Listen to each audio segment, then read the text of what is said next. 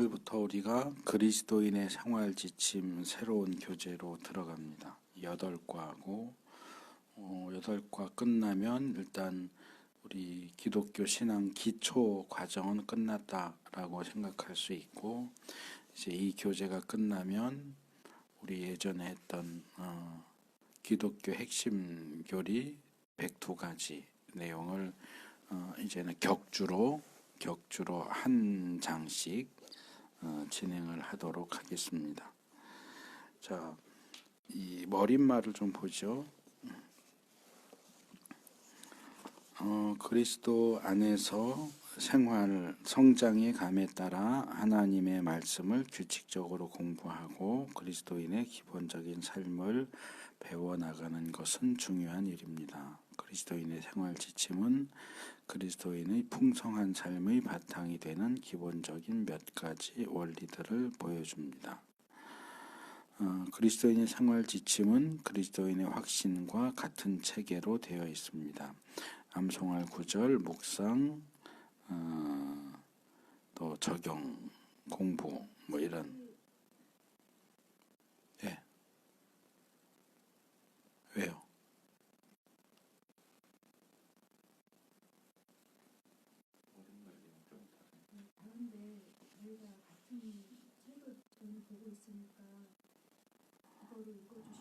없어요. 저는 그 새 책이. 그냥 이해하고 들으세요. 특별히 문제가 되는 게 없으면. 이 책도 소책자가 있으니까 암송하실 때 그 소책자 내용을 참조하시면 되고요. 지난주 성경 공부할 때 이야기했던 것처럼 우리가 그리스도인이 되는 것은 좋은 학교 또는 좋은 기업에 입사하는 것하고 비슷하다. 그래서 인간과 하나님은 어떻게 입학 또는 입사를 할 수 있는가 하는 방법을 가르쳐 주고, 그리스도인의 확신은 그 좋은 대학 또는 좋은 회사에 들어갔을 때 우리가 누릴 수 있는 혜택들이 무엇인가를 제시해 주는 것이고, 이제 우리가 살펴볼 이 8가지 내용, 생활 지침은 우리가 그 학교의 학생, 그 회사의 사원이 되었기 때문에 어떤 식으로 행동하고 어떤 일들을 해야 하는가 하는 내용을 가르쳐 준다. 이런 식으로 이해를 하시면 될 것 같습니다.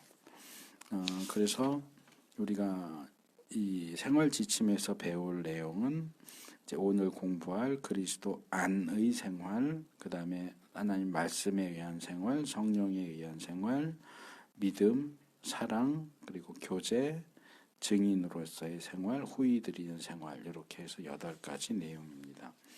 물론 우리가 그리스도인으로서 살아가는 데 있어서 해야 할 일이 이 8가지가 전부는 아니죠. 마찬가지로 우리가 그리스도인으로서 가져야 할 확신이 5가지만 있는 건 아니죠. 그런데 이제 가장 기본적이고 중요하다고 생각하는 내용들을 각각 5가지와 8가지로 이제 선별해서 이 교재에 실어 놓은 거니까, 일단 제가 기독교 신앙 기본 과정이다라는 표현을 썼는데, 이제 이 내용들이 기본을 우리에게 가르쳐 준다라는 생각을 하고, 내가 그리스도인으로서는 이렇게 살아야 되는구나. 생활 지침이니까 내가 그리스도인으로서 생활하는 데에 기준 또는 지침이 되는 내용들이 이런 것들이구나 하고 생각하시고 이 내용들을 공부하시면 될 것 같습니다. 자, 그래서 이제 1과 그리스도 안의 생활, 그리스도 안에서의 생활이죠. 예수 믿어서 그리스도인이 된 사람은 그리스도 안에서 생활해야 한다 하는 얘기인데, 자, 이 그리스도 안의 생활, 우리가 조금 전에 요한복음 15장 5절 말씀을 암송을 했고요. 그래서 묵상 문제는 그동안 하던 것처럼 제가 질문을 읽으면 여러분들이 답변을 하시는 걸, 같이 답변을 하시는 걸로 하고요. 조금 소리를 크게 내서 답변을 해주시면 좋겠습니다. 자, 요한복음 15장 5절 말씀에 의하면 포도나무는 누구입니까? 예, 예수님이죠. 나는 그랬으니까 이 말씀을 예수님이 하시니까 예수님이 자신을 포도나무에 비유하셨고, 그러면 가지는 누구입니까? 우리죠. 그리스도인들, 우리들. 가지와 포도나무 사이에는 어떤 관계가 있습니까? 뭐 이것은 여러 가지로 이야기할 수 있겠지만 본문이 제시하고 있는 내용에 의하면 가지는 나무에 붙어 있어야 된다. 연결되어 있어야 한다. 그리고 연결되어 있어야만 열매를 맺는 것이 가능하다. 그러니까 예수님을 믿어서 그리스도인이 되었다고 할 때에 우리가 그리스도인이 됐다는 얘기는 예수님과 연결됐다는 얘기죠. 그러니까 이것은 오전 설교하면서 계속 다루고 있는 언약하고 비슷해요. 우리가 하나님과 언약을 맺었으면 우리는 하나님의 언약 백성이 되는 거죠. 근데 언약을 맺는 것과 언약을 유지하는 것은 다르다 그랬어요. 언약은 하나님의 무조건적인 은혜로 언약을 맺지만 그 무조건적으로 맺은 언약이 유지되기 위해서는 율법, 언약의 책, 십계명에서 제시하고 있는 하나님의 요구사항, 언약적 요구를 지켜야 된다고요. 그것을 행하지 않으면 언약이 유지가 되지 않아요. 계약이 깨지는 거예요. 마찬가지로 우리가 예수님을 믿어서 그리스도인이 됐다면 우리는 그리스도와 연결됐다라고 말할 수 있는데, 그냥 처음에 나 그럼 예수님 믿을게요 라고 해서 예수님을 믿었다면 그 연결이 계속 유지되느냐? 그렇지 않다는 거죠. 우리가 그리스도와의 연결을 유지하기 위해서 해야 할 일들이 있다는 거죠. 언약이 유지되기 위해서 해야 하는 일들이 있는 것처럼 그리스도와의 연결이 유지되기 위해서 우리가 해야 하는 일들이 있고, 그렇게 관계가 연결이 유지되는 상태에서만 열매를 맺을 수 있다. 열매를 맺는다를 이제 하반절에서 다른 표현으로 한 게 부정적으로 표현했죠. 나를 떠나서는 너희가 아무것도 할 수 없다. 너희와 나의 연결이 끊어진다면 너희는 아무것도 없다. 아무것도 아니다. 반대로 말하면 우리가 그리스도와의 연결이 계속 이어져 있다면 우리는 무엇이든지 할 수 있다. 우리가 그리스도인으로서의 삶을 살아갈 수 있는 기본적인 조건이 그리스도와의 연결을 유지하는 거예요. 그리스도 안에 있는 거예요. 그래서 이건 조건이기도 하면서 결과이기도 하다. 이 구약의 시스템하고 아주 똑같죠. 그러니까 하나님과 언약을 맺는 것은 예수님을 믿는 것과 같다 이렇게 볼 수 있고, 율법을 지킴으로써 언약 관계를 유지한다고 하는 것은 신약에서 우리에게 제시하고 있는 우리가 뒤에서 살펴볼 이런저러한 일들을 행함으로써 우리가 계속 그리스도 안에 머무르고 그리스도와의 연결 관계가 유지된다. 그것을 하지 않을 때는 언약을 깨뜨리는 것과 같이 그리스도의 관계, 그리스도에 대한 믿음을 깨뜨리는 것과 같다고 볼 수 있죠. 그러니까 일단 믿기는 했지만 그 믿는 것으로 구원과 천국은 보장받았고, 믿음 이후에는 그냥 나는 내가 하고 싶은 대로 할 거야. 이런 사람은 사실은 예수님을 믿은 게 아닌 거예요. 예수님과의 관계가 유지되는 게 아니죠. 끊어져 버린 거예요.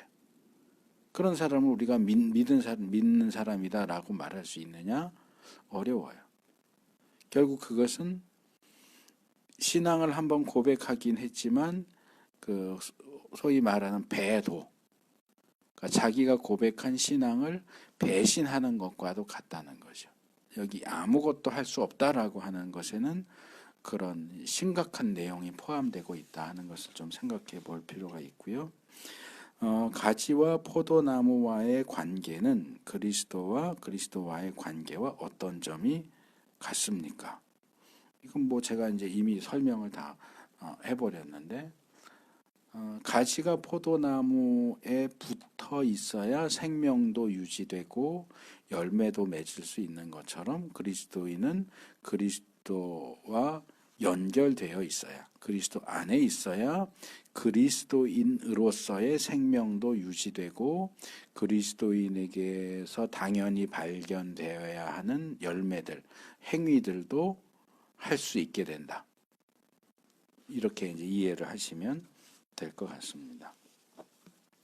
자, 이제 이 묵상에서 다뤘던 내용들을 조금 더 자세히 여기 이 일과는 좀 문제가 많아졌어요. 11개나 문제가 나와서 조금 빨리 진행을 해야 될 것 같은데, 늘 앉는 자리에 앉으시고 지금 늘 진행되는 순서대로 가기 때문에 자기 순서에 자기가 몇 번 문제를 할 건지를 알 수 있잖아요. 그러니까 성경 미리 찾아 놓으시고 순서가 오면 바로 문제 읽고 성경 읽고 답변하고, 가만히 있다가 순서 왔는데 그때 막 성경 찾고 이렇게 하지 마시고 미리 준비를 하셔서 진행이 좀 빠르게 진행될 수 있도록 그렇게 좀 협력을 해주시면 좋겠습니다. 자, 여기 역시 세 개의 단락으로 되어 있죠. 저가 내 안에 내가 저 안에 있으면 이게 무슨 의미인가를 네 개의 문제로 살펴볼 거고, 과실을 많이 맺나니도 역시 네 개의 문제가 해당되어 있고, 나를 떠나서는 너희가 아무것도 할 수 없음이라가 세 개의 문제가 되어 있죠. 자, 1번부터 하겠습니다. 모든 믿는 자들의 첫째가 된 목표는 무엇이어야 합니까? 마태복음 6장 33절. 너희는 먼저 하나님의 나라와 하나님의 의를 구하여라. 그리하면 이 모든 것을 너희에게 더하여 주실 것이다. 하나님의 나라와 의를 구하는 것입니다. 예, 하나가 더 있죠, 문제가. 그래요? 이거 당신이 그리스도 안에 거하고 있다면 그게 2번 문제예요? 그래요. 그럼 일단 그렇게 진행을 할게요. 자, 모든 믿는 자들에게 여기 이제 목표라고 되어 있지만 첫째가는 목표죠. 첫째가는 목표. 그리고 마태복음 본문에도 먼저라고 되어 있죠. 먼저 그 나라와 그의 의를 구하라. 그래서 첫 번째라는 것, 먼저라는 것, 이게 이제 중요해요. 우리가 그리스도인이 되었다고 할 때 그리스도인이 되어서 지향해야 하고 하는 목표가 뭐냐? 뭐 우리 어릴 때 그런 친구들이 종종 있었어요. 공부에는 관심이 없고 학교는 열심히 가는데 학교 가서 쉬는 시간에 애들하고 놀고 점심시간에 도시락 까먹는 게 재밌어서 학교 다니는 애들, 공부 시간에는 자고. 그러니까 걔는 열심히 학교를 다니기는 다니는데 학교 다니는 의미와 목표가 잘못된 거죠. 우리가 학교를 놀기 위해서 갑니까? 도시락 까먹기 위해서 가는 건 아니잖아요. 학교에서 수업하고 공부하기 위해서 도시락도 먹는 거고 중간중간에 쉬기도 하는 거지, 쉬고 도시락 먹는 게 목표는 아니죠. 마찬가지로 우리가 그리스도인이 되었다라고 할 때 내가 그리스도인이 된다는 것은 어떤 지향점을 가지느냐. 여러 가지의 목표와 지향점이 있을 수 있지만 여기서 얘기하는 건 첫째가는 목표죠. 첫째가는 목표 또는 가장 먼저 구해야 하는 최우선적인 첫 번째 목표는 뭐냐? 하나님의 나라와 하나님의 의. 우리가 이제 주일 낮에 예배 우리가 계속 살펴보고 있는 게 큰 주제가 하나님 나라잖아요. 하나님 나라. 그래서 우리가 먼저 하나님의 나라를 구해야 하는데 하나님의 나라가 뭔지를 모르면 하나님 나라를 구할 수가 없겠죠. 그리고 하나님 나라를 구한다라고 하는 건 도대체 어떻게 하라는 얘기냐? 우리가 이제 낮에 주일 설교를 통해서 살펴보는 내용이 바로 그거예요. 하나님 나라가 뭐냐? 우리가 하나님 나라를 향해서 가기 위해서 뭘 어떻게 해야 되느냐? 방향, 수단과 방법 이런 것들 전반을 우리가 성경 전체를 통해서 살펴보려고 하는 거죠. 그래서 하나님 나라를 제1순위로 추구해야 된다. 그러니까 이건 다르게 말하면 삶의 목표, 삶의 목적이 뭐냐 하는 거죠. 어떤 사람들은 왜 사냐라고 물으면 뭐 그냥 웃는 사람도 있을 것이고, 나는 돈 많이 벌려고 산다 하는 사람도 있고, 뭐 재밌게 살려고 산다 하는 사람도 있을 수 있고. 그런데 그리스도인이라면 당신은 왜 삽니까? 라고 하면 나는 하나님 나라를 위해서 삽니다. 라는 것이 첫 번째로 나와야 하는 답이라는 거죠. 그리고 그것과 함께 나와야 하는 답이 하나님의 의예요. 이게 이제 의는 의롭다라고 하는 단어인데, 이거 제가 다음 주일날 설교할 내용이 나와요. 제가 아까 오전에 설교하면서 다음 주에 이 율법을 어떻게 봐야 하느냐에 대해서 삼분법을 보완하는 더 좋은 시각을 소개하고, 그 다음에 모세가 이스라엘에게 전해야 할 법규라고 할 때 그 법규가 뭔지를 설명하겠다 그랬거든요. 이 법규라고 번역된 단어가 의라고 번역된 단어하고 같은 단어예요. 그러니까 이건 다른 식으로 말하면 하나님의 뜻이에요. 하나님의 뜻. 하나님의 의라고 하는 것은 하나님의 뜻, 하나님의 판단, 하나님의 판결, 하나님의 공의, 정의, 하나님이 지향하시는 것. 그러니까 이걸 다르게 말하면 이거죠. 우리가 하나님의 예수님을 믿어서 하나님의 자녀가 되었다면 우리는 마땅히 우리의 아버지이신 하나님이 지향하시는 것을 우리도 지향해야 한다. 우리 아버지이신 하나님이 좋아하시는 것을 우리도 좋아해야 하고, 하나님이 싫어하시는 것을 우리도 싫어해야 된다 그 말이에요. 그러니까 하나님 나라 백성이 되었으니까 하나님 나라를 향해서 가야 하고, 그 하나님 나라를 향해서 가는 모든 중간중간의 목적지, 중간 기착지, 또 거기에 도달하는 방법, 그 모든 것들이 하나님의 방식을 따라야 한다. 하나님을 위한다고 하면서 거짓말하고 속이고 남의 것 빼앗고 그래서 하나님 나라를 세울 수 있느냐? 아니요. 그렇게 하나님 나라는 그렇게 세울 수가 없어요. 하나님이 원하시는 방법으로 해야 돼요. 그게 그의 의가 우리에게 제시하고 있는 내용입니다. 그러니까 목적지는 하나님의 나라. 그의 의는 그 목적지까지 가는 어떤 수단과 방법 또는 구체적인 행동 지침, 이 정도로 이해를 하시면 되겠죠. 자, 2번 문제 해주세요. 당신이 그리스도 안에 거하고 있다면 당신의 삶은 어떠해야 합니까? 요한일서 2장 6절.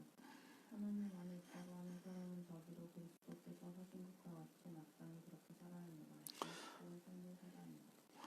예, 여기 2번 문제는 제가 1번에서 그의 의 설명하면서 했던 내용이 거의 그대로 나오죠. 자, 우리가 그리스도 안에 거한다면 우리가 그 안에 거하는 그리스도께서 행하시는 것처럼 우리도 행해야 한다. 우리가 하나님의 자녀라면 하나님이 원하시는 것을 우리도 원해야 되고, 하나님이 거부하시는 것을 우리도 거부해야 된다. 우리의 모든 생각과 말과 행동의 기준은 하나님이어야 한다. 그래서 그 기준이 되는 하나님의 뜻이 뭐냐를 다루는 것이 이과예요. 하나님의 뜻을 우리에게 가장 확실하게 보여주고 있는 것이 하나님의 말씀이니까, 말씀에 따라야 우리가 그리스도 안에 계속 거할 수 있다라고 결론을 내릴 수 있겠죠. 그래서 예전에 한참 90년대에 유행했던 그 찰스 쉘돈이라는 사람이 쓴 예수님이라면 어떻게 하실까? 그 소설 많이 그때 봤는데 그거죠. 우리가 매일매일의 삶을 살아가면서 내가 원하는 대로 내가 하고 싶은 대로 하는 게 아니고 자, 이런 상황에서 예수님이라면 어떻게 하셨을까? 예수님이 하셨을 것 같은 그런 방식으로 반응하고 생각하고 말하고 행동해야 그게 우리가 그리스도인이고 특별히 그리스도 안에 있는 사람들이다 라고 말할 수 있다는 거죠. 자, 세 번째 문제요. 그리스도 안에 거하기 위하여 무엇을 해야 합니까? 요한일서 3장 24절 그의 계명을 지키는 자는 그 주 안에 거하고 주는 그의 안에 거하시나니 우리에게 주신 성령으로 말미암아 그가 우리 안에 거하시는 줄을 우리가 아느니라. 주님 안에 거하는 것입니다. 주님 안에 거하기 위해서 뭘 해야 됩니까? 그랬는데 주님 안에 거하는 겁니다 라고 답을 하십니까? 우리가 성령으로 말미암아 주님 안에 거하시는 것, 주님 안에 거하는 것을 알 수 있는 거죠. 어떻게 해야 거할 수 있냐고요.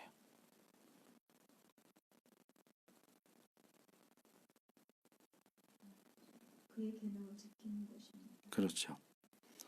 자, 그리스도 안에 거하기 위해서는 뭘 해야 되느냐? 그의 계명을 지켜야 한다. 말씀. 하나님의 말씀을 지키는 것이 그리스도 안에 거할 수 있는 유일한 방법이다. 말씀을 지키지 않으면서 그리스도 안에 거할 수 있는 방법은 없다 하는 거예요.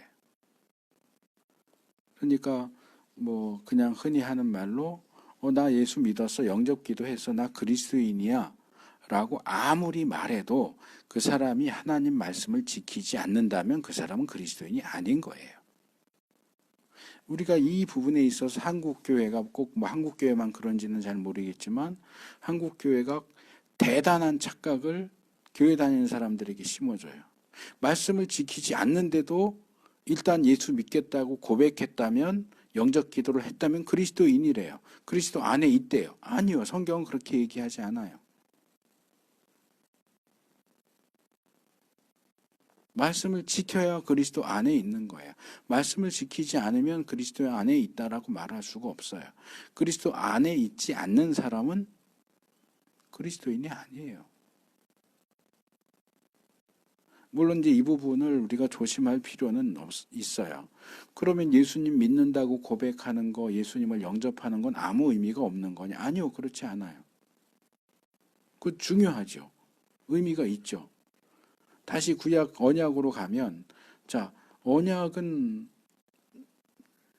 맺어야 하나님의 언약 백성이 되죠. 근데 언약은 맺었는데 말씀은 지키지 않아요. 그럼 뭐라고요? 언약이 깨지는 거라고요. 계약이 깨지는 거예요. 그럼 말씀을 지켜야 계약이 유지된다. 그러면 계약을 하는 건 의미가 없어? 아니요, 의미가 있죠. 계약을 하는 것도. 의미가 있지만 그 계약이 계속 의미가 있으려면, 유지가 되려면 말씀을 지켜야 된다고요. 그러니까 내가 예수님 믿겠습니다 고백하고 영접기도 하고 그리스도인이 됐는데 말씀을 지키지 않는 것은 나 스스로 예수님을 믿겠습니다 영접기도 했습니다를 깨트리는 거예요. 예수님을 믿겠다고 했으면 말씀을 지켜야죠. 영접기도 했으면 말씀대로 살아야죠. 말씀대로 살지 않으면서 믿겠다고 고백했다, 영접기도 했다는 것만 붙들고 매달려봐야 소용이 없다는 거예요. 근데 자꾸 확신을 줘요. 말씀 안 지켜도, 못 지켜도 일단 예수님 믿겠다고 했으면 당신은 구원받은 하나님의 백성이야. 아니요. 그리스도 안에 계속 머물러 있어야지 그리스도 밖에 있으면 그 사람은 그리스도인 아니에요. 왜? 깨트렸잖아요. 계약을 깨트렸잖아요. 자기의 신앙 고백을 깨트렸잖아요. 신앙 고백을 깨트려 놓고 처음에는 예수님 믿겠다라고 고백했지만 조금 후에는 말씀을 지키지 않는 것을 통해서 예수님 믿겠다고 한 자기의 신앙 고백을 깨트려 놓고 여전히 자기가 그리스도인이래요. 그게 말이 되냐고요. 계속 제가 예수 믿는 것은 좋은 학교, 좋은 기업에 들어가는 것과 비슷하다고 했는데, 학교에 들어갔는데, 기업에 들어갔는데 내가 마땅히 해야 할 일들을 하지 않고 하지 않아야 되는 일들을 해서 학교에서 퇴학이 되고 퇴사가 됐어요. 퇴학되고 퇴사됐는데 나는 여전히 이 학교 학생이야. 나는 여전히 이 회사 사원이야. 라고 주장하면 됩니까? 안 돼요. 말이 안 되는 거예요. 이게 이제 교리적으로 신학적으로 말하면 언약을 맺는 것, 예수님을 믿는 것, 신앙을 고백하는 것, 영적 기도를 하는 것은 칭의고, 율법을 지키고 말씀을 지키는 건 성화예요. 그러니까 성화가 없는 칭의는 칭의가 아닌 거예요. 그런데 한국 교회는 그동안 칭의를 너무 강조하다 보니까, 루터처럼 칭의를 너무 강조하다 보니까 성화가 없어도 칭의는 칭의라고 주장을 해온 거예요. 아니요. 성화가 뒤따르지 않는 칭의는 칭의가 아니에요. 성화 과정을 걸어가지 않는 걸 통해서 칭의를 받았던 자기의 신앙 고백을 깨트려 버린 사람은 칭의도 취소되는 거예요. 굉장히 중요한 문제입니다. 자, 4번 문제 해주세요. 바울은 자신과 그리스도의 관계를 어떻게 묘사하고 있습니까? 갈라디아서 2장 20절. 나는 그리스도와 함께 십자가에 못 박혔습니다. 이제 살고 있는 것은 내가 아닙니다. 그리스도께서 내 안에 살고 계십니다. 내가 지금 육신 안에서 살고 있는 삶은 나를 사랑하셔서 나를 위하여 자기 몸을 내어주신 하나님의 아들을 믿는 믿음 안에서 살아가는 것입니다. 바울은 그리스도와 함께 십자가에 못 박혔고 지금 육신의 삶은 하나님 아들을 믿는 믿음 안에서 살아가는 것이라고 묘사하고 있습니다. 예, 이 구절 제가 성경에서 제일 좋아하는 구절이고, 이 구절 좋아한다고 하는 분들이 꽤 많이 있더라고요. 근데 이 구절에 대한 오해가 있어요. 여기 내가 그리스도와 함께 십자가에 못 박혔다. 그래서 더 이상 내가 사는 것이 아니고 내 안에 그리스도께서 사신다. 이 표현을 가져와서 우리가 예수 믿었으면 이제는 나는 죽었고 나는 더 이상 없고 예수님이 사는 것이다 라고 주장하는 사람들이 있어요. 이제는 내가 사는 것이 아니라고 그러지 않았냐. 그리스도께서 사신 것이라고 하지 않았느냐. 그러니까 그리스도가 사시는 것이 내가 아니다 라고 얘기하는데 아니에요. 본문을 자세히 보세요. 이제는 내가 사는 것이 아니요 그리스도께서 어떻게 사신다고요? 내가 사는 게 아니고 그리스도께서 사신다라고 돼 있어요. 그리스도께서 내 안에, 내가 없어졌으면 어떻게 그리스도께서 내 안에서 사세요? 그리스도께서 살고 계시는 나는 그럼 어디 갔어요? 내가 없어졌어요? 안 없어졌잖아요. 여전히 있잖아요. 내 안에, 지금 우리가 아까 외운 요한복음 15장 5절 말씀처럼 저가 내 안에 내가 저 안에 있다라고 할 때처럼 저가 내 안에, 그리스도께서 우리 안에 계시다라는 걸 표현을 하는 거지 나는 죽어서 없어지고 이제 예수님만 남았어. 그 얘기를 하는 게 아니란 말이에요. 내 안에 예수님이 사시는 거예요. 나를 주도해서 사시는 거죠. 그 다음에 또 뭐라고 그래요? 이제 내가 사는 것은. 또 누가 산다고요? 내가 살잖아요. 내가 살아요. 그러니까 내가 사는 것이 아니요 그리스도께서 내 안에 사신다는 것은 다르게 말하면 나를 위해서 나를 사랑하시고 나를 위해서 죽으신 하나님의 아들을 믿는 믿음 안에서 내가 사는 것, 내가 믿음으로 사는 것이 내가 사는 것이 아니라 그리스도께서 내 안에서 사시는 것이다. 그게 같은 얘기란 말이에요. 믿음으로 사는 건 누가 살아요? 내가 살아요? 예수님이 살아요? 나는 없어지고 예수님을 믿는 믿음으로 사세요? 아니에요. 내가 예수님을 믿는 믿음으로 사는 거예요. 그러니까 나의 의지, 내가 무엇을 좋아하고 싫어하고 뭘 하고 싶어하고 하기 싫어하고 내가 주도가 돼서 삶을 살아가는 것이 아니라 예수님이 나를 주도하시고, 다른 말로 하면 예수님을 믿는 믿음 안에서 사는 것. 그걸 얘기하는 거지 내가 없어졌다라는 얘기를 하는 게 아니란 말이에요. 이거는 사실 가장 기본적인 국어 문제예요. 국어. 근데 그 국어가 안 되는 사람들이 굉장히 많아요. 문장을 읽었는데 그 문장이 뭘 말하는지를 파악을 못해. 그리고 엉뚱한 소리를 해 자꾸. 내가 없어지는 게 아니에요. 나의 죄악된 요소가 예수님이 십자가에 달려 죽으실 때 같이 죽은 거고, 예수님이 부활하실 때 나도 또 살았잖아요. 그래서 내가 사는 거고, 내 안에 그리스도를 모시고 사는 것이고, 그 그리스도를 믿는 믿음 안에서 주님이 우리에게 제시해 주시는 기준에 따라서 그의 나라와 그의 의를 먼저 구하면서 예수님이 행하셨을 것 같은 그러한 방식으로 예수님이 우리에게 말씀해 주시는 그 말씀대로 그 말씀을 지키면서 행하라 하는 얘기지, 너는 죽었어, 너 아무것도 하지 마, 그냥 예수님이 하시도록 가만히 있어, 그 얘기가 아니란 말이에요. 우리가 의지를 가지고 예수님을 바라봐야 되고 예수님을 추구해야 되고 주님이 우리에게 주시는 말씀을 지키고자 그 나라와 그 의를 먼저 구하고자 노력하고 힘써야 돼요. 넉넉고 멍청하게 앉아 있는다고 해서 그리스도인의 삶이, 그리스도 안의 삶이 저절로 되는 게 아니에요. 정말 이를 악물고 노력해도 될까 말까 하는데 놀며 자며 그리스도 안의 삶을 살 수 있다라고 얘기하는 건 그건 말도 안 되는 소리예요. 그래서 그리스도가 내 안에 계시다. 그리스도의 말씀이 내 안에 있다. 그 말씀을 받아들이고 이해하고 그 말씀을 지키고자 힘쓰고 애쓰는 것이 우리가 그리스도 안에 있는다라고 하는 것과 같은 의미다 하는 걸 이해하셔야 돼요.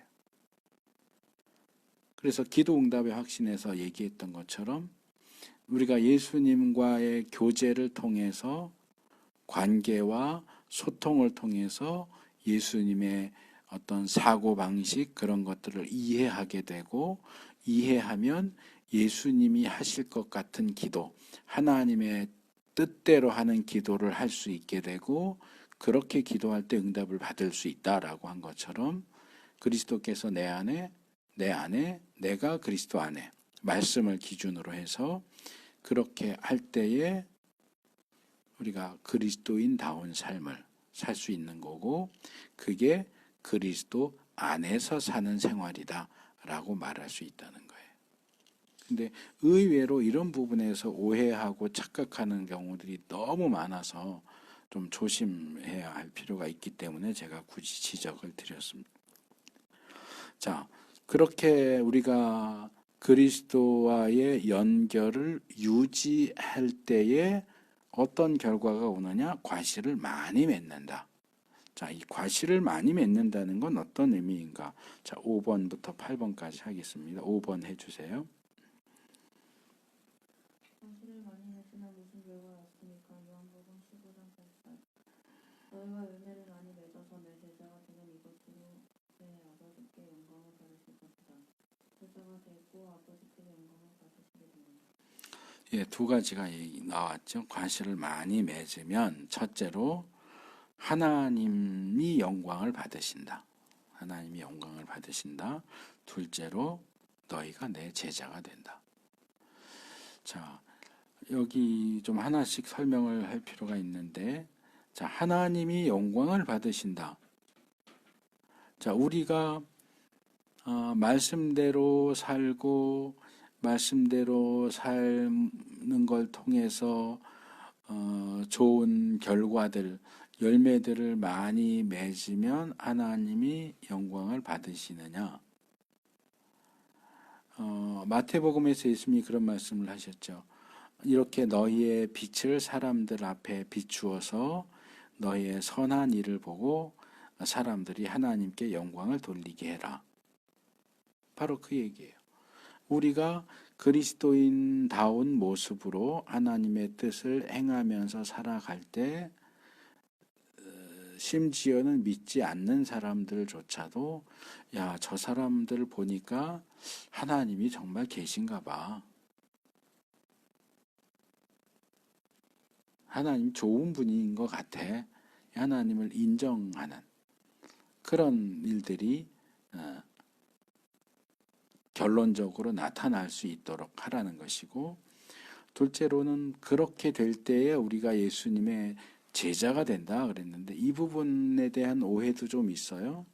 그 뭐냐 하면 오카는 목사님 그 제자 훈련이 한국 교회에 들어오면서 그런 오해가 널리 퍼졌는데, 우리가 예수님을 믿으면 그리스도인이 되고 그리스도인이 돼서 뭔가 더 훈련을 받고 뭔가 더 생산적인 열매를 많이 맺는 그리스도인이 되면 일반적인 그리스도인에서 한 단계 올라가서 제자가 된다.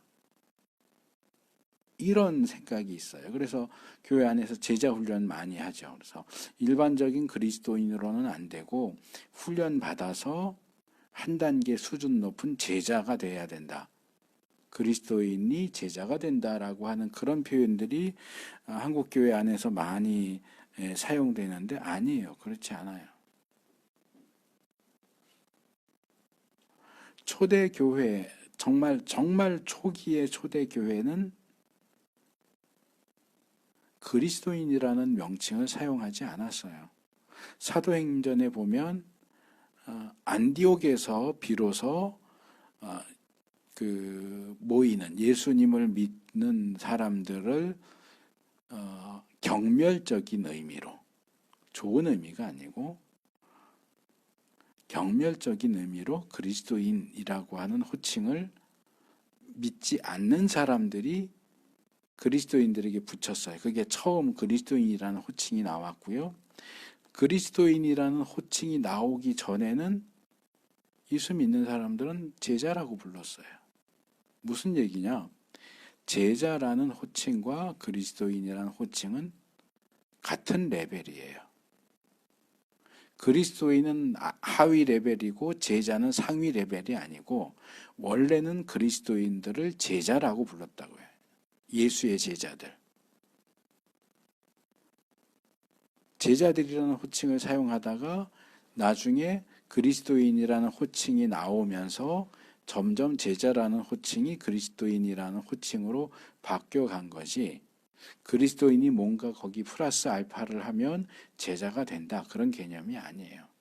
모든 그리스도인은 그리스도의 제자예요.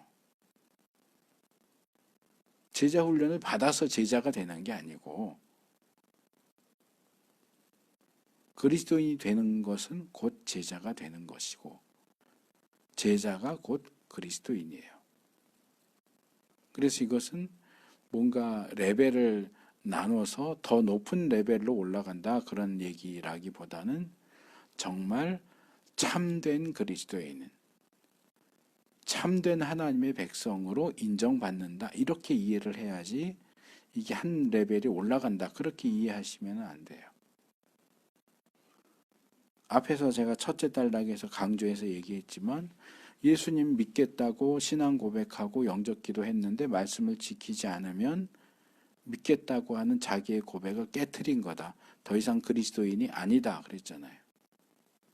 그러니까 거기에 비춰서 말하자면 말씀을 지켜서 열매를 많이 맺으면 이 사람은 그리스도인이 맞구나 라고 인정받을 수 있다. 그 얘기예요.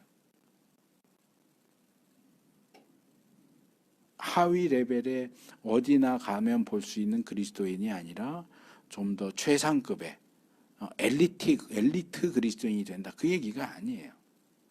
정상적인 그리스도인이 된다. 그 얘기예요. 진짜 그리스도인. 예수님과의 관계가 계속 유지되는 그리스도 안에서 신앙생활하는 진짜 그리스도인이 된다. 그리스도인이구나. 그 얘기예요. 그래서 제자에 대한 부분도 오해하지 않도록 좀 조심하실 필요가 있습니다. 6번 해주세요. 성령께서는 믿는 자의 삶 가운데서 어떤 열매를 맺으십니까? 갈라디아서 5장 22절 13절 오직 성령의 열매는 사랑과 희락과 화평과 오래 참음과 자비와 양선과 충성과 온유와 절제니 이 같은 것을 금지할 법이 없느니라. 사랑, 희락, 화평, 오래 참음, 자비, 양선, 충성, 온유, 절제 이런 성령의 9가지 열매를 있습니다. 예, 이제 이 부분은 많이 이런 식으로 설명을 하죠. 이제 예수님이 열매에 대해서 말씀하셨고 바울이 성령의 열매라고 말했기 때문에 예수님이 말씀하신 열매는 곧 이 갈라디아서에 나오는 성령의 열매다. 근데 성령이 맺는 열매가 이거 9개만 있는 건 아니에요. 그러니까 로마서 12장이나 고린도전서 12장에 이 은사에 대한 은사 목록이 쭉 나오지만 은사가 거기 나오는 내용들만 있는 건 아니거든요. 거기 나오지 않는 더 많은 은사가 있는 것처럼 여기 성령의 열매 9가지가 나오지만 그 성령의 열매가 9가지만 있는 건 아니고 제가 아까 말씀드린 것처럼 그리스도인이 가져야 하는 확신이 5개만 있는 게 아니고 생활 지침이 8개만 있는 게 아니고 그 중에 대표적이고 기본적이고 중요하다고 하는 것을 뽑았다라고 말한 것처럼 바울도 성령의 열매를 중요한 것만 뽑아서 9가지를 얘기한 거지 이 9가지 외에는 성령의 열매가 없다는 얘기는 아니에요.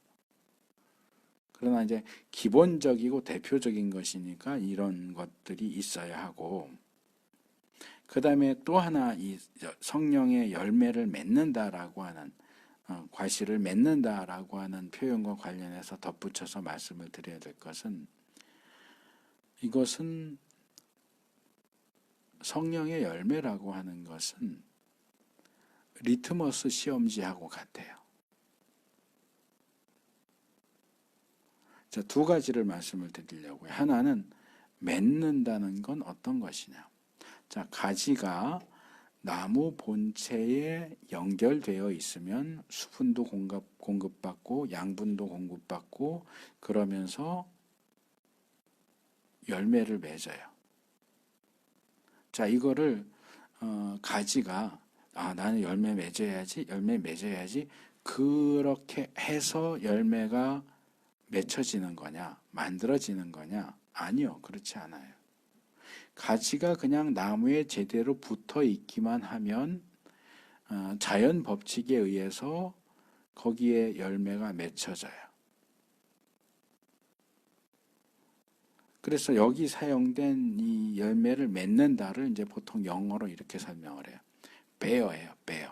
곰 베어가 아니고 부모가 자식을 낳는다. bear. 그러니까 이건 자연적인 과정이에요. 인간을 놓고 볼 때도 결혼해서 아이를 갖기를 그렇게 원하고 노력해도 자녀가 안 생기는 경우들도 있고요.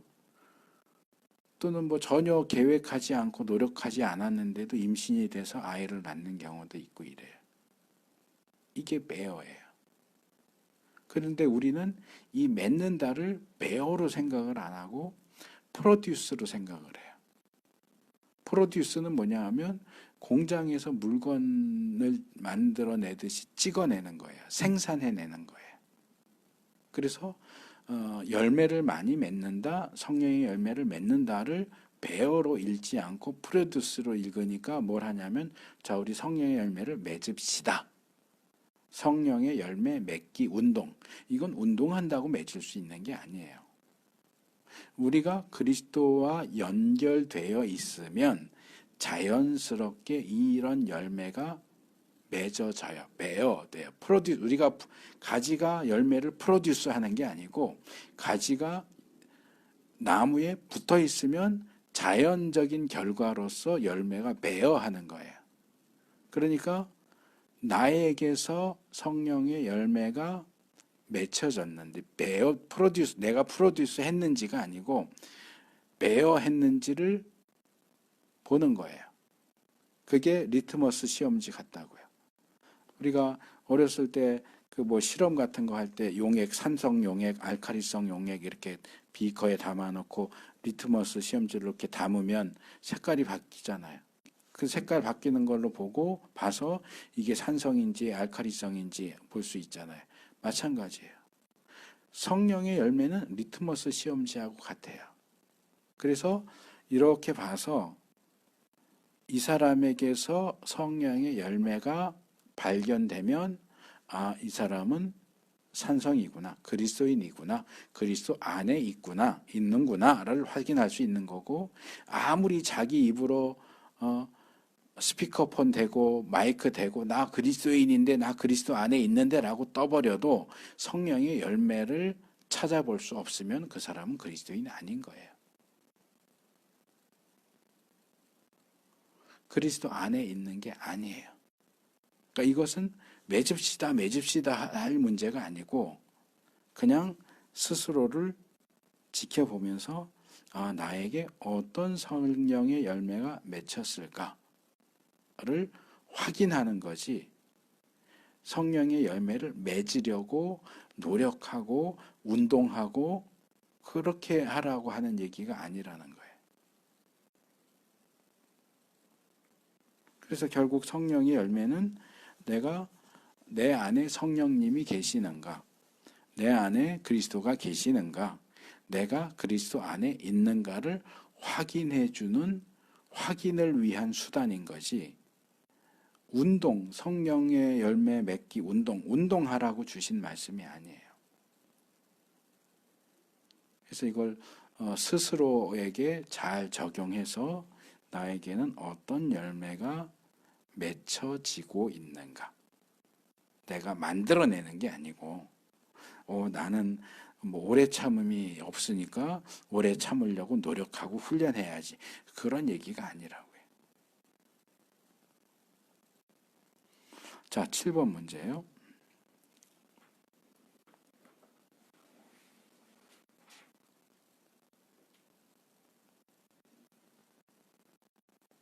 계속 열매를 맺기 위하여 당신은 무엇을 해야 합니까? 베드로후서 1장 5절에서 8절 말씀.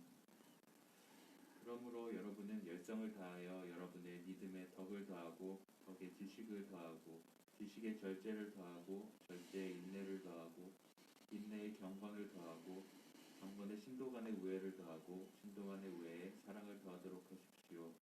이런 것들이 여러분에게 갖추어지고 또 넉넉해지면 여러분은 우리 주 예수 그리스도를 아는 일에 게으르거나 열매를 맺지 못하는 사람이 되지 않을 것입니다.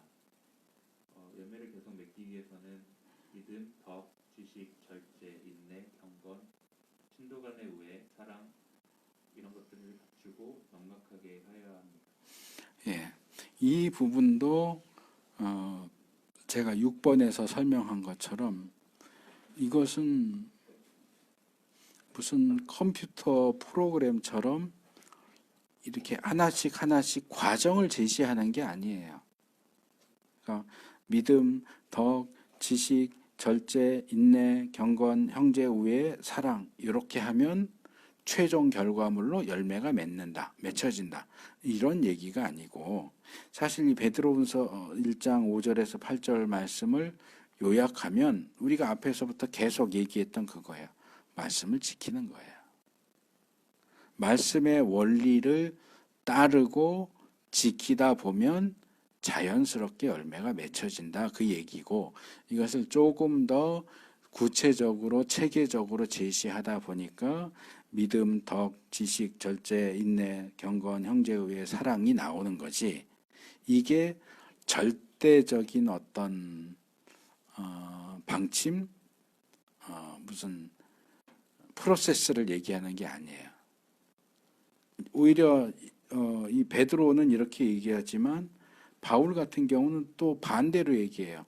바울이 얘기하는 어떤 경건 생활의 순서를 보면 지금 베드로는 제일 끝에 믿음으로 시작해서 사랑으로 끝났잖아요. 바울은 다른 곳에서 사랑에서 또 시작해요. 그래서 이런 것을 어떤 정해진 규격 내지는 프로세스로 만들어서 자 우리가 열매를 맺어야 하는데 열매를 맺으려면 먼저 믿음이 있어야 되고 그 위에 덕을 해야 되고 그 다음에 거기 뭘 하고 무슨 요리하고 무슨 뭐 물건 만들 때 조립하듯이 그런 식으로 하라는 얘기가 아니고 성경이 이야기하는 전반적인 어떤 건전한 신앙생활, 요약하면 말씀을 지켜가는 그 과정을 충실히 수행하다 보면 성령의 열매가 너에게 맺혀 있는 것을 볼 수 있을 것이다. 그런 얘기예요.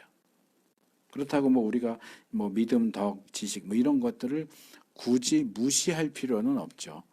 하나씩 좀 더 살펴볼 필요도 있겠지만 우리는 이제 그렇게까지 할 시간이 없어서 그냥 넘어가는데 이 내용들을 여러분들이 개인적으로 시간을 내서 과연 베드로가 말하는 믿음은 뭐고 덕은 뭐고 지식은 뭐고 절제는 뭐고 인내는 뭐고 이런 것들을 좀 자세히 묵상하거나 연구한다면 또 그만큼 더 많은 유익을 얻을 수 있을 텐데 이런 것들을 자꾸 시스템처럼 만드는 그런 경향이 있기 때문에 그걸 제가 이제 경계할 필요가 있다 해서 말씀을 드리는 거고 어쨌든 우리가 말씀 안에 머물고 말씀을 지키려고 하면 그리스도 안에 있는 게 되는 거고 그리스도 안에 있으면 저절로 열매가 맺혀지는 거예요.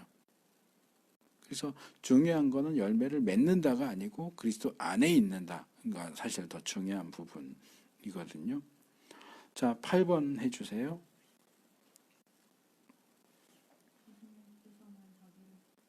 예수님께서는 자기를 따르는 자들에게 또 무엇을 약속하십니까? 마태복음 4장 18절. 예수께서 그들에게 말씀하시다 너를 따르노라면 너희를 사람 낚는 어부로 삼겠다. 다른 사람을 그리스도인으로 만드는 것을 약속하십니다. 자, 이것도 이제 말하자면 그리스도 안에 있는 그리스도인이 맺을 수 있는 열매의 한 가지죠. 전도. 우리가 이제 7과에서 그 증인으로서의 생활을 해서 이제 이 부분을 살펴보겠지만 복음을 전하고 사람을 낚는 어부가 되는 것, 전도하는 전도인이 되는 것, 그것도 그리스도 안에 있는 그리스도인이 맺어야 할 열매 가운데 하나입니다. 그래서 성령의 열매 9가지, 그 9가지가 절대적인 것처럼 할 필요는 없고, 그러니까 전반적인 게 우리가 어떻게 해야 하느냐도 성경 전반에 나와 있고, 그래서 어떤 결과, 어떤 열매를 얻어야 하느냐도 역시 성경 전반에 나와 있기 때문에 우리가 전체 성경 말씀을 꾸준하게 살펴보고 연구하는 것이 중요합니다.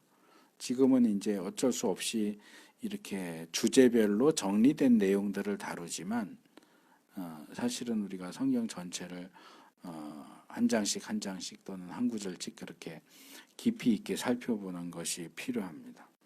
자, 마지막 단락입니다. 나를 떠나서는 너희가 아무것도 할 수 없습니다.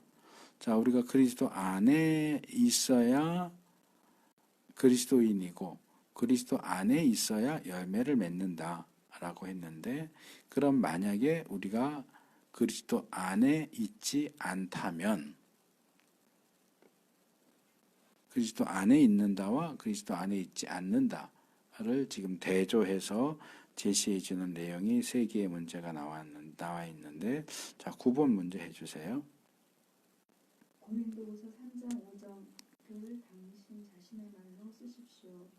우리가 무슨 일이든지 우리에게서 난 것 같이 스스로 만족할 것이 아니니 우리의 만족은 오직 하나님께로부터 나느니라.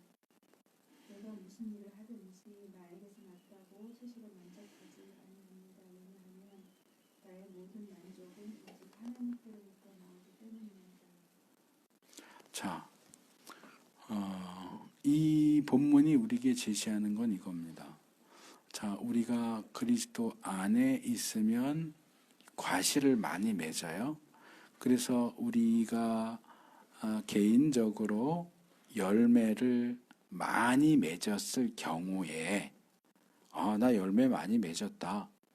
그러면서 스스로에 대해서 만족하고 자랑하고 나보다 열매를 적게 맺은 사람들을 비난하거나 평가하거나 폄하하거나 그래서는 안 된다. 나에게서 열매가 많이 맺혀졌다면 그것은 내 덕분이 아니고 그리스도 덕분이다. 우리가 그리스도 안에 있었기 때문에 그리스도로 인하여 열매가 많이 맺혀진 것이지 내가 뭔가를 잘해서 열매가 맺혀졌다고 착각하지 말아라 그 얘기예요. 여기 이제 11번 문제도 사실상 같은 문제고요. 그래서 우리가 정말 힘쓰고 애써서 그리스도 안에 있고자 노력해야 하지만 우리가 그리스도 안에 있는 그 일에 성공하고 부수적인 결과로서 많은 열매가 맺혀질 때 우리가 그것이 우리의 노력과 우리의 능력과 다른 사람들과 달리 나의 어떤 특출함 때문에 그런 결과가 나타났다고 스스로를 칭찬하고 자랑하고 그래서는 안 된다 하는 얘기입니다. 자, 요걸 이제 조금 더 설명하는 것이 이제 10번과 11번 문제인데요. 10번 문제 해주세요. 그리스도인들이 그리스도를 떠나서는 아무것도 할 수 없다고 했는데 그분과 함께할 때는 무엇을 할 수 있습니까? 빌립보서 4장 13절. 나에게 능력을 주시는 분 안에서 나는 모든 것을 할 수 있습니다.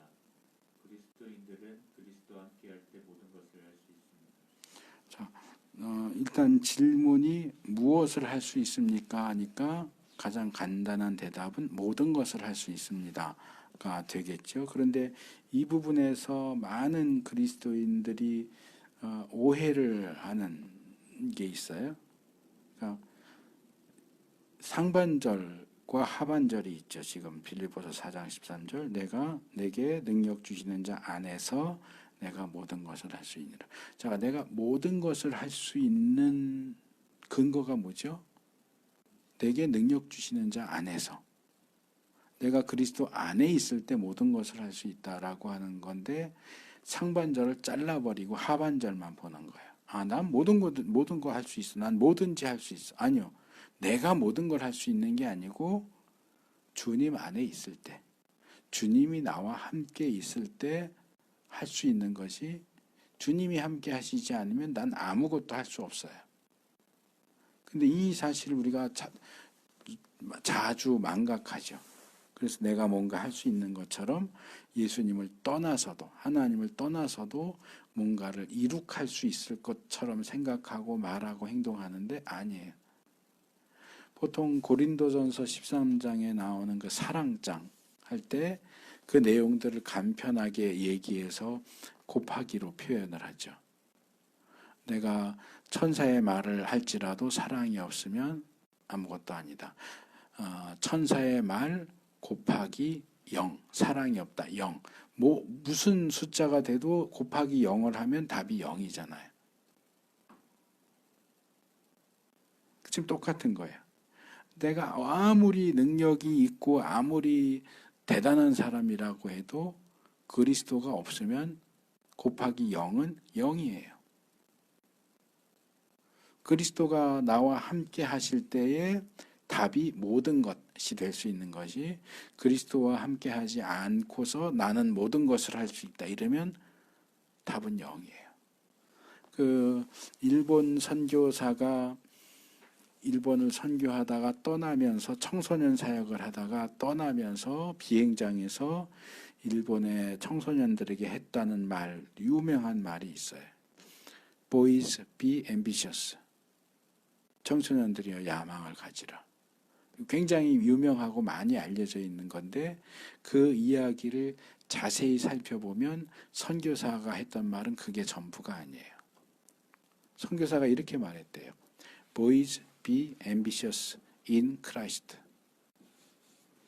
그리스도 안에서 야망을 가지라 이렇게 얘기를 했는데 in Christ를 잘라버리고 앞에 boys be ambitious 지금 이 빌립보서 4장 13절 말씀을 앞에 내게 능력 주시는 자 안에서를 잘라버리고 내가 모든 것을 할 수 있다라고만 얘기하는 것처럼 그 선교사가 한 얘기 중에 그리스도 안에서를 잘라버리고 야망을 가져라만 일반적으로 얘기를 한다는 거죠. 그래서 우리가 이런 부분에 있어서 전제가 되는 전제 조건을 무시하면 안 돼요. 그리스도 안에서 모든 것을 할 수 있는 거예요. 그리고 이 빌립보서 4장의 문맥을 보면 그 모든 것은 사실상 모든 것이 아니에요. 그 앞뒤 내용을 쭉 읽어보시면 빌립보 교회가 바울에게 선교 헌금 보내준 것에 대해서 감사하면서 나는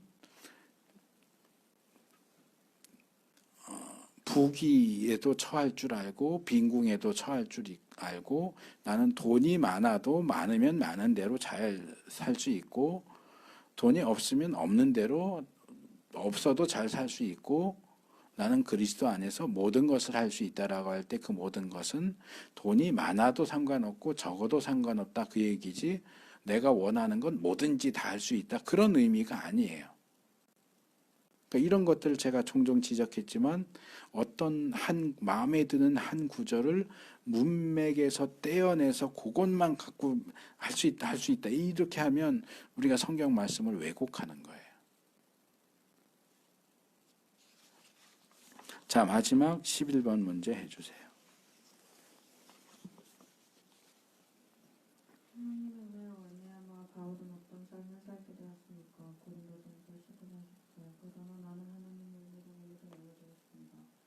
나에게 풀어주신 하나님의 은혜는 헛되지 않았습니다. 나는 세대에게 가운데였는데 그보다도 더 열심히 일하였습니다. 그러나 이렇게 한 것은 내가 아니라 나와 함께 하신 하나님의 은혜입니다.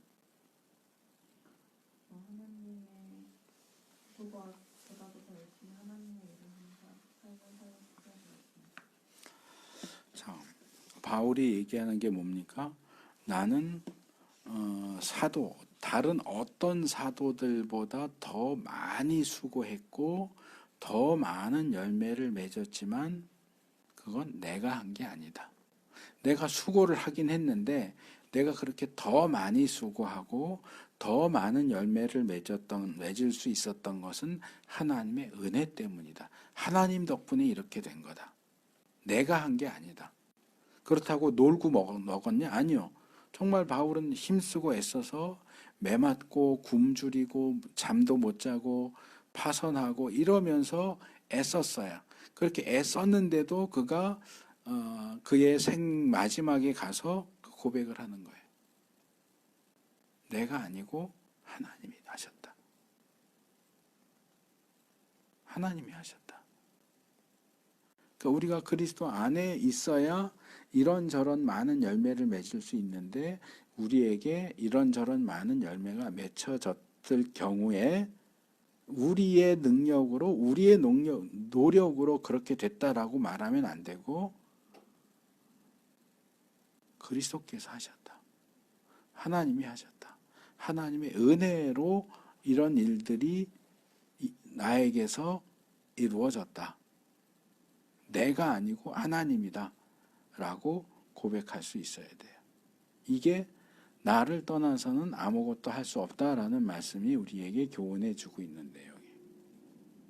그러니까 예수님과 함께 있었기 때문에 이런저런 일을 할 수 있는 거지 예수님을 떠나서는 우리가 할 수 있는 게 없다. 그러니까 결론은 어떻게 해서든지 물론 그 얘기는 수단 방법 가리지 않고 그 얘기는 아니지만 정말 성경이 우리에게 제시해 주는 말씀의 원리에 따라 그리스도를 꽉 붙들고 늘 그리스도가 내 안에 계실 수 있도록 그 관계와 연결이 계속 유지되도록 하는 것이 우리가 그리스도인다운 삶을 살 수 있는 가장 중요한 근거와 기초가 된다 하는 사실을 기억하시면 좋겠고, 자, 외워쓰기는 그냥 하시고요. 적용에 이제 이런 내용들이 나오죠. 당신이 그리스도 안에 거하지 못하도록 방해하는 것이 뭐가 있습니까? 그걸 어떻게 해야 됩니까? 이거 이제 개인적인 거기 때문에 따로 다루지는 않겠지만 여러분들이 돌아가셔서 이 문제를 꼭 하시기 바랍니다. 내가 말씀을 지키고 그리스도 안에 머무는 것을 방해하는 것이 뭐가 있을까? 게으름일까? 욕심일까? 또는 내가 뭔가 다른 거에 마음이 팔려서 정신이 팔려서 그리스도 안에 거하는 그 일을 게을리하고 있지 않은가? 무시하고 있지 않은가? 내가 그 문제를 어떻게 해결해야 될까? 지혜를 달라고 구하고 그렇게 하나님 앞에 나아가는 여러분들이 되시기를 바랍니다.